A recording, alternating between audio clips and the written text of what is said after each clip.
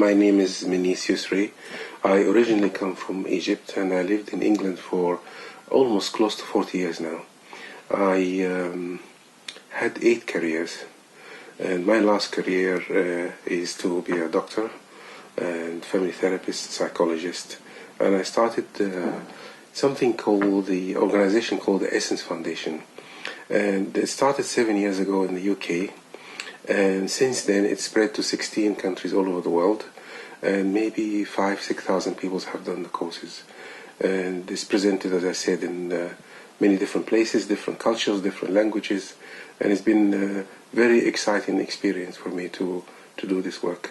I was working in National Health Services as a family therapist supervisor, and I resigned about a year and a half ago to focus my energy on the Essence Foundation and working with people directly without connected to another organization. So is this course just about family therapy then, or is it much more than that? No, it's not about family therapy or therapy altogether. In fact, it's actually very difficult to define what therapy is. We could be doing therapy now, you and I talking to you. It could be a therapy. If you sit with somebody and the person is kind to you, you could call that therapy. People pay someone to listen to them, that can be therapy. People pay for someone to be kind to them, that can be therapy. But there's a big rationale behind the creation of these type of courses. Essence Foundation is a part of an evolution of person development wave that has taken over the world really from the 70s and keep evolving. Maybe it'd be a good idea to give you my take on how this work actually started. It might be helpful to position the Essence Foundation after that. My feeling is this: many years ago, people lived in groups together, and if I need support, I have support from people around me. And as we developed, moving gently towards the individualistic society, people start to leave the groups and get together and form small families. And then the family started to fall apart a bit. So if I needed support, I have to find another person to give me support. So I would start to find relationships, because families started to fall apart.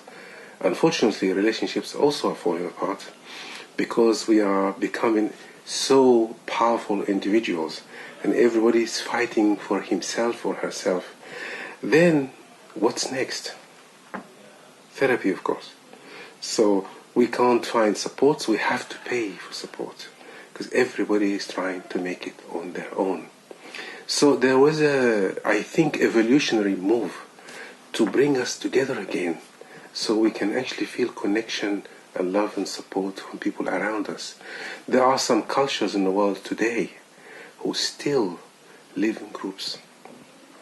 So they don't need this kind of seminars and courses we do. It is evolved in the West because we have diverted away from the love and connection we have together as groups. So now, of course, this was my view about how this wave started. But of course, when this wave started, it started to divert also, depending on the individuals that delivering these courses. So of course, the Essence Foundation evolved from other organizations, and I started developing it in such a way that I produced some ideas and therapy techniques to come into the course. But I want to be careful about the word therapy. It is actually a very simple word. As I say, we could be doing therapy now talking to you. So I don't want you to be afraid when you hear the word therapy. It is not for crazy people who have problems. The courses I do is for everybody. But really, this is very difficult to explain. The bottom line is this: every person in this world need connection, need to be with people, need to feel unjudged, need to feel accepted, need to belong. Unfortunately, the extreme individualism is put us in the risk of kind of not belonging. It's too much democracy, too much everybody on their own. So A lot of people, when they do my courses, they tell me, you are a magician. I am not.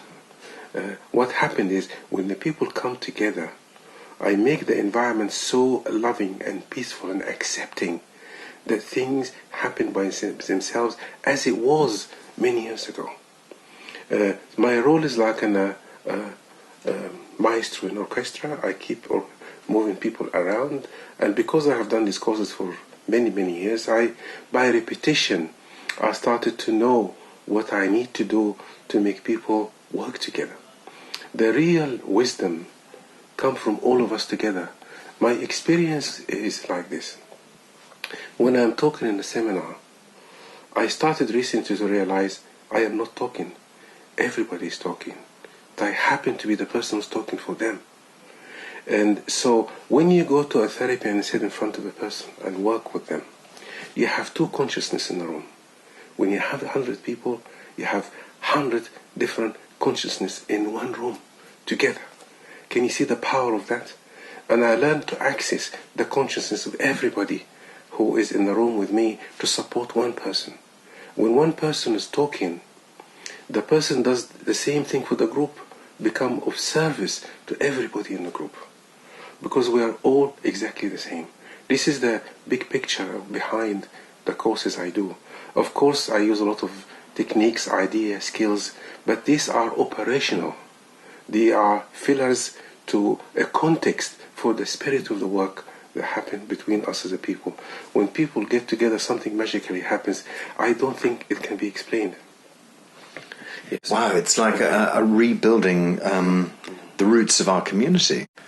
Yeah, absolutely, absolutely. You know, I'm very sad sometimes when I go to the supermarket and see a very old person on an electric wheelchair moving between the aisles alone, or a little old lady with a basket full of cat food, a little bit of cheese for herself, because this woman needs the cat as a companion, and this man on a wheelchair alone, nobody's there. So what happened in the individual society? We have given up responsibility for the people we love, and we gave it to the system to take care of them. This cannot happen in group culture. When the older you get, the more respectful you become, the more powerful you become, the more people love you and want to be with you. Now we ended up in a world that worship youth and beauty and effectiveness and speed. And then we look at old people as not important anymore. And these people who have lived for years with wisdom and loving to teach us a lot. So, and then we now don't have to worry about them anymore because they're older, they can go and sit somewhere and they have a meal, morning, lunch, evening, and watch television, and we have to be busy with our lives, I heard in Japan, you can actually go to an agency and you can hire grandparents for your children by the hour, because the real grandparents are busy working. And unfortunately, I find it incredible, especially when I come from a culture where people are much more closer. It doesn't mean the individualist culture is bad, not at all.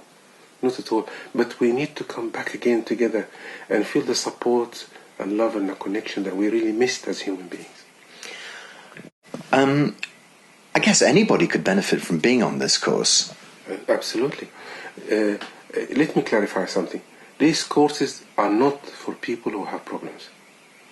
I actually don't think anybody has any problems, and I can clarify this in a minute. Unfortunately, when we go through a difficult time in our lives, maybe broken relationship or marriage broken down or losing our job, we become a bit vulnerable and we actually try to look for something. So some of us who struggle, they find their way to these courses, but they are not designed for people who are broken. They're designed for everybody. And going back to problems, I think it is better to remove the word problem from our vocabulary and replace it with another word, which is feedback. It is better because if we think we have problems, we put ourselves in a trap, we cannot get out of it. But if we look at it that we are doing something that is not working, and somebody is trying to tell us something through a problem, then it is very likely that we can find a solution. The courses I do, I made a mistake. I should have called them advanced common sense seminars. They are so simple, but we are trained in this world. In order to grow and be enlightened, we have to work so damn hard on ourselves. We have to go all the way to India to be enlightened and be spiritual. We are spiritual. We have everything here. So many people telling us what I'm just saying to you now. And sometimes it becomes a bit like blackmail. Because everybody tells us we're strong, you can do this, you can do that, you can do that. But what the missing part is this. There are emotions trapped from the past in the form of unfinished business, or are memories that are trapped, that we need to handle it first. And once we handle this, then we can listen to these people tell us you can do anything you want. Thank you very much. You're welcome. That's wonderful. And these seminars are held regularly in London, I take it? They are held in London about 4 times a year, and as I said, in 16 different locations all over the world. And the journey of the seminars has been quite magical, the same way as the seminar happened. When I started here in the UK, people from different countries came and they went back to their countries and then asked me to come. And I go and do the course, and they start an organization. And then I go to another. And I've come across the most magical awareness, revelations, enlightening stories from people. I have been recently in Romania doing seminars, and I didn't realize this part of Romania actually Hungarian. In the middle of Romania, there are Hungarian cities. And the 3rd generation of people, originally Hungarian, and the land was taken over by the Romanians, and they're still refusing to mix with the Romanians. And I was invited to do a seminar for the Hungarians and Romanians at the same time. I didn't even know about that. It's the same similar situation like the Palestinians and Israelis and in Ireland a little. So I'm coming across all these kind of wonderful opportunities to bring the world back together. And my biggest amazing surprise is this. Every time I travel somewhere, I arrive in the airport, and this is what I think. These people have a piece of land and a way to speak. They're protecting a little piece of land, and they have a way to speak so nobody knows what they're talking about. And this is what the world, people think the world is like. It is not like that at all. For all the work I do everywhere, people are exactly the same. Nothing different at all, whatsoever. If somebody would wanted to find out some more information about your courses, where should they go and look? They can go on the web, and you can find our website, www.essence-foundation.com. And also you have some further information. You've written a book. Yes, written a book, and now a book is in about 4 or 5 countries already. It's called Discover Your Hidden Memories and Find the Real You. This book really gives the real message and the bottom line behind all the work I do.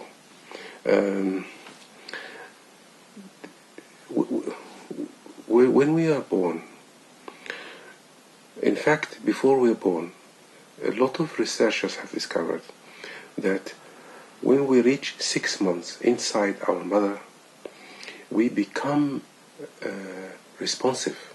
We begin to realize we are actually human beings, and we feel our environment. This is very important to all the work I do. When we begin to feel our environment, we become very sensitive to the consciousness of our parents around us. So our mother is our environment. So if something was happening to our mother during this critical period before we're born, this is our introduction to our world. So if my mother is not happy, my environment is not safe. And this is amazing. Nature prepares us for what's coming next. So when I am born, it's very likely the environment before is similar to the environment after. So I'm prepared for an environment that's slightly unhappy. The opposite also happens. If my mother is happy, looking forward to having me as a child, the environment is happy, I'm born into a happy environment. When I used to work with a lot of refugees and have children during the war, it's the same thing. The child is prepared for the war before we're born, even. Now, the critical part comes next. Now, the first 2 years of life, our brain is not fully formed yet. There's a part of the brain responsible for our memories. It processes memory. What I mean by that, it put our memory in the past. So if you have a difficult situation happen to you today, tomorrow you can talk about it with your friend and say, yesterday this has happened to me. This process allows the brain to put the memory behind you so you can move on with your life. Unfortunately, this part of the brain is not formed in the first 2 years. So if I had a difficult experience of childhood, by the way, we are not designed for rejection. Human beings are not designed for that. We are designed for connection. So any kind of small rejection that happens to the child does not understand. It doesn't have the concept to say, okay, my mother's upset today, maybe tomorrow she'll be better. The child doesn't know any of that. So automatically there's a response. The response is fear. And the fear stays. The brain does not put the fear in the past. And the fear is a protection, of course, because the rejection may be difficult for us to cope with. As we grow, we start to avoid feeling the fear too. So we create some kind of a character. I call it a protection, so I can survive in my world. So the more I grow, I have this memory that's still going around. It has not settled in the past. It's memory causing fear, causing me protection. So my experience of my world is fear, unsafe. And then everywhere I go, I'm doing my best to be stronger. Guess what? I keep attracting situations, of course, to match how I see my world. This is a crucial message I'd like people to understand it when I do my courses. The way we see our world is not the world. Our perception of the world is not the world. Experience, it is an experience, is not reality. So every one of us has an experience of our world. And that organizes all our life, our business, relationships, absolutely everything. So what most people try to do, they try to change their behavior. You cannot change your behavior because your behavior is manifestation of how you see your world. How many times have you tried so hard to do something different and then you keep doing it again, over and over again because you are going in the wrong direction. Once we change our view of our world, our behavior changes by itself. The tragedy is, if I protect myself for 30, 40 years, I cannot stop doing that. Imagine an actor. You give them a part on the stage for 30 years. What's going to happen to the actor? They will think they are that part, not themselves. I use the metaphor in the seminars that if I give you a mask to wear for 30 years, after maybe 10, you will not know the difference between you and the mask anymore. You will think you are the mask. So every moment in our life we face two things. Shall I protect myself or expand my consciousness? Many people choose to protect themselves because they have not got this information available to them. Unfortunately, this information cannot come by words. It has to come by experience. Because the whole thing came into our consciousness through an experience, it has to unfold through an experience too. So the courses are experiential. So I put a lot of people in like situations. Then when they start to react the same way they react in their life, then they discover this is what I'm doing that's limiting me. Listen, Yes. It is very. I don't have a curriculum. I don't have an outline. The seminar is like life. Of course, there is a framework. Of course, otherwise it will be no limit to the course. But then we will find how I see my work. My job is to clarify to people how they see their world. That's all. Nothing else. It is so simple. But by repetition, I have begun to discover the patterns people have. Once we get through this, we can move on to our future. We can create what we want. We can be leaders. We can be anything we want to be. Thank you very much. Thank you very much for talking to Positive TV. You're welcome. Thank you. Okay. Thank you.